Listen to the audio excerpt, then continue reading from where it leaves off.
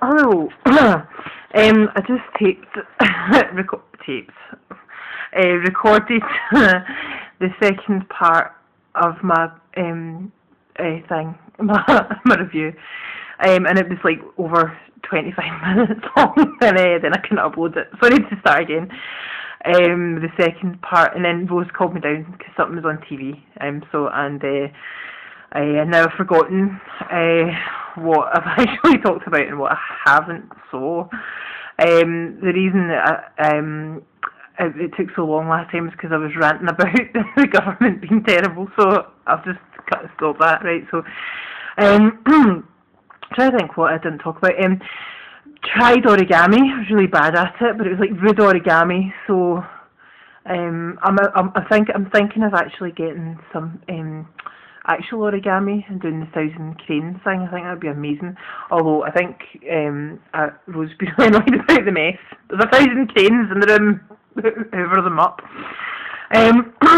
So, well, study something yet. I'm trying to, in order to make me less anxious, I've been trying to, I said I was going to study for my course next year, which starts in January, because I basically I did like a shorter course this year because it's my final honours year in my psychology degree. So I think I put too much pressure on myself last year as well. Rose broke her ankle, and I was doing another honours year course. It's kind of different because I'm doing it with Open University. It's kind of 2 level 3, so it's like kind of, I don't know. So anyway, yeah. So I kind of studied one day this month, but yeah, as of Monday I'm going to have to start studying, and I'll probably start freaking out again. So yeah, what else? I think, did I talk about reading out loud? Yeah, I think I did. Pretty sure. Yeah, a major thing that's been making me anxious was actually my doctor. There'd been new legislation in the practice, and they were changing the way the prescriptions were being dealt with, and also he was going to change my prescription without sort of talking to me about it, and so that's been really stressful. But I did a day where I said recover, dust yourself off, which I think sometimes, you know, I think sometimes if there are things that are kind of bringing you down, it's like, well, sometimes you can fight. I have actually been in situations before where, you know, the smallest thing can just, and if you are suffering from depression and anxiety, things like that can completely freak you out. But I decided that there's no point in just being totally sad about it, that I was going to try and brush myself off and just deal with it. But yeah, it has, if I'm honest, it has been something that's made me feel anxious because it's ongoing. I still don't know at all what's going on with my medication or whatever. I'd also, because Michael's been here and because of different things, there's been a couple of times I've not been able to actually get online and blog. There's the phone. Do do do do do do. It's like a kind of Space Invaders game. So yeah, so I've kind of turned that to my advantage and said have an internet-free day or two, because I think it's good to not be tied to the internet, TV, machinery. And cause I was thinking I would totally survive in a zombie apocalypse. I'd just get my Kindle, run out of batteries. I'd get normal books and my Kindle Light, and I'd be fine. I'm so selfish. It's like, the hell you get everyone that likes computers and TVs. But yeah, no, it's nice. I think even if you really enjoy Facebook and things like that, it can be stressful because you're thinking, I've got to catch up with all these things, catch up with things that people are saying. So I've kind of been trying to cut down my time on Facebook. Obviously still be there because I've got a lot of people that I really like, that I've online friends, as well as sort of real life friends I don't get to see as much. So yes, it's good to catch up. I'm trying to spend a bit less time and more time actually kind of doing stuff on my blog and more things to try and make myself feel better. So yeah, so kind of yeah, because I could spend all day on the computer. I used to so I'm trying not to do that. I can't remember the last time I talked about the everyday tell someone that you love them. I think that's really important. And I had said that it was because what kind of woke me up to that was about 8 years ago. One of my good friends died, and I never really got to say how much I loved them, appreciated them, thought it was amazing.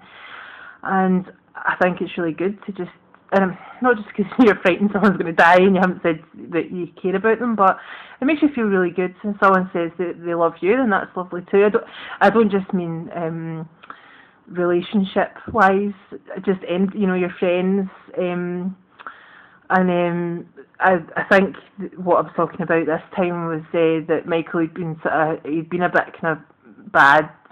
I can't remember what he'd done. He'd done something, and we'd given him into trouble.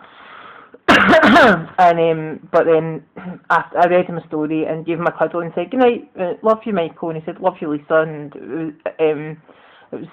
I think it's good as well because it's sort of like, we don't hate you, we still love you even if you do bad things, but naughty. And it's nice to be told that you're loved. It totally does make you feel happy. And like I say, I've got a few close friends that will say love you when we talk to each other. And I just think it's nice. It makes me happy. So yes, tell people you love them. Had pizza. That speaks for itself. I didn't have to cook. Although found out that Domino's pizza pretty much gives me a sore stomach every time I eat it. So I don't think I'll ever be eating them again. So yeah, smash crap up, I've said. So that's kind of the opposite of tell people you love them. So tell people you love them, smash things. Yes, but by kind of yeah, that's so.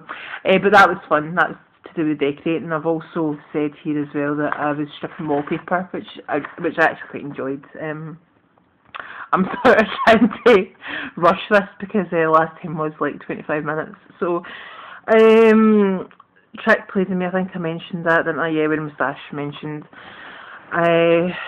So yeah, be an advocate, speak for someone. I had a friend that had if I'm speaking too fast, there's no way you'll understand what I'm saying because I'm Scottish, but be an advocate for someone.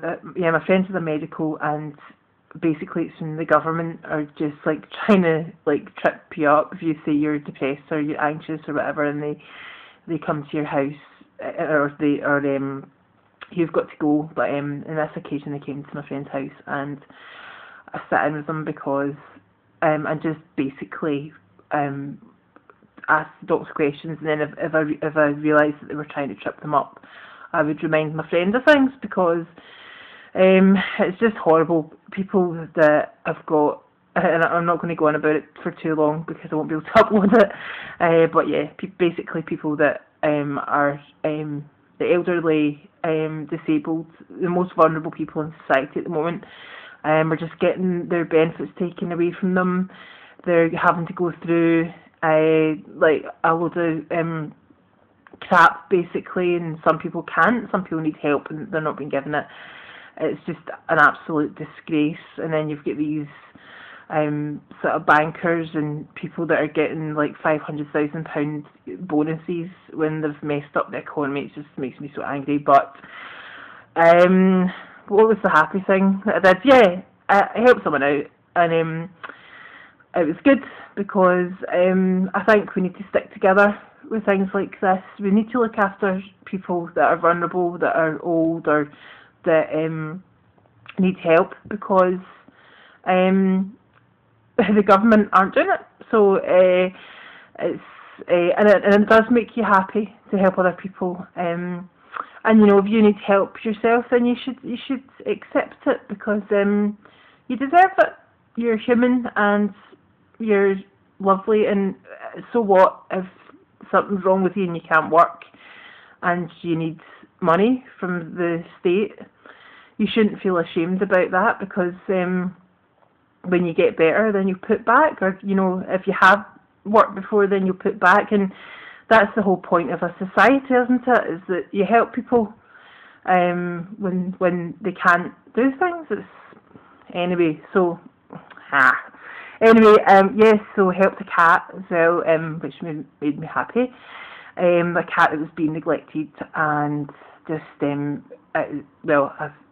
so.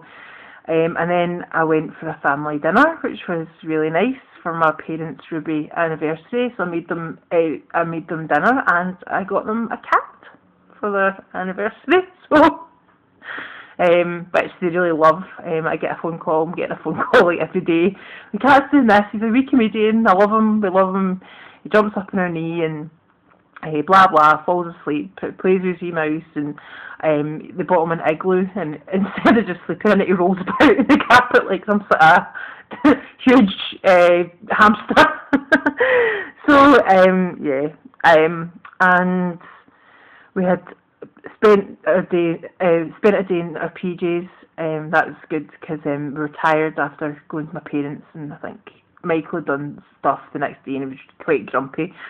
Starting to get upset about losing one game or something. Just so we decided we'd have a morning before we went to his grand's, and we just all in PJs and under blankets, and watched films that were pretty much the same. It was like Vice Versa, 18 Again with George Burns. Hadn't actually seen that. It was good.